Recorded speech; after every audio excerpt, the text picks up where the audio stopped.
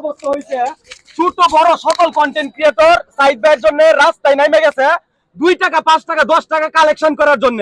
কিন্তু আমাদের কিশোরগঞ্জে একজন অনেক বড় সেলিব্রিটি আপনারা যারা মনে করেন, কিন্তু আমি আর সেলিব্রিটি মনে করি না। কারণ অ্যালেক্স সবুজ নাম, সে আগে মাস্টার্স ধরতো।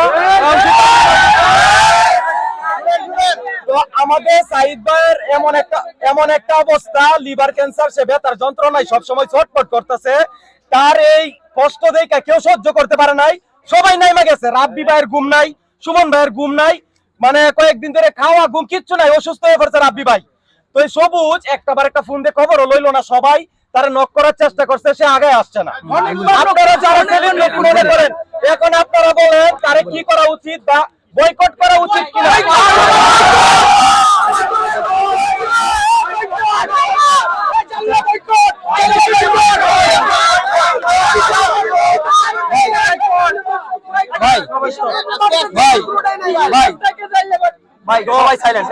সবাই সাইলেন্ট, আমি একটু কথা বলি। কথায় আছে ভাই, তো বিষয়টা হইতেছে রাব্বি ভাই এখন অ্যালেক্স সবুজ রে সবাই বয়কট করতেছে তার কুকর্মের কারণে, ঠিক আছে? আমরা তাকে কিছু বলি নাই, দেশের মানুষ সাধারণ জনগণ তাকে বলতেছে বয়কট।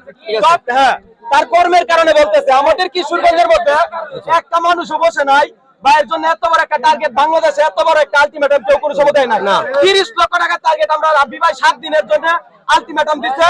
অলরেডি সবুজ সবুজ কোনো দরকার নাই, আমরাই বলবো, কিন্তু সে টাকা আসা উচিত ছিল, উচিত ছিল না ভাই। তার আগে কথা আসা আছে ভাই, উচিত ছিল। আমি বলি কথায় আছে, কারণ কথায় আছে যে হারাম টাকা উপার্জন করে কাকা নিজেকে রাখতে চায় পবিত্র, মুচি প্রতাপশালী হলেও যায় না তার চরিত্র। অ্যালেক্স সবুজকে উদ্দেশ্য করে বলতেছি, কিশোরগঞ্জের সন্তান হয়ে আরেকটা কিশোরগঞ্জের সন্তান বিপদে পড়ছে, তুমি ভাই তুমি তার পাশে দাঁড়াও নাই, এটা তুমি কাজটা মোটেও ঠিক করো নাই। আমরা তোমার বিষয়ে কথা বলতে ইচ্ছুক ছিলাম না, তারপরে তোমার জন্য কথা বলাটা বাধ্যতামূলক হয়ে গেছে বিদায় বলতেছি। তুমি একজন ক্রিয়েটর, হয়তোবা তুমি ভাবছো ছোট জায়গা থেকে একটা ভালো পরিস্থিতিতে তুমি চলে গেছো। তুমি এখন যদি এখানে স্লোগান দেওয়া হয়, এক নামে সবাই কি বলবে? অ্যালেক্স সবুজ।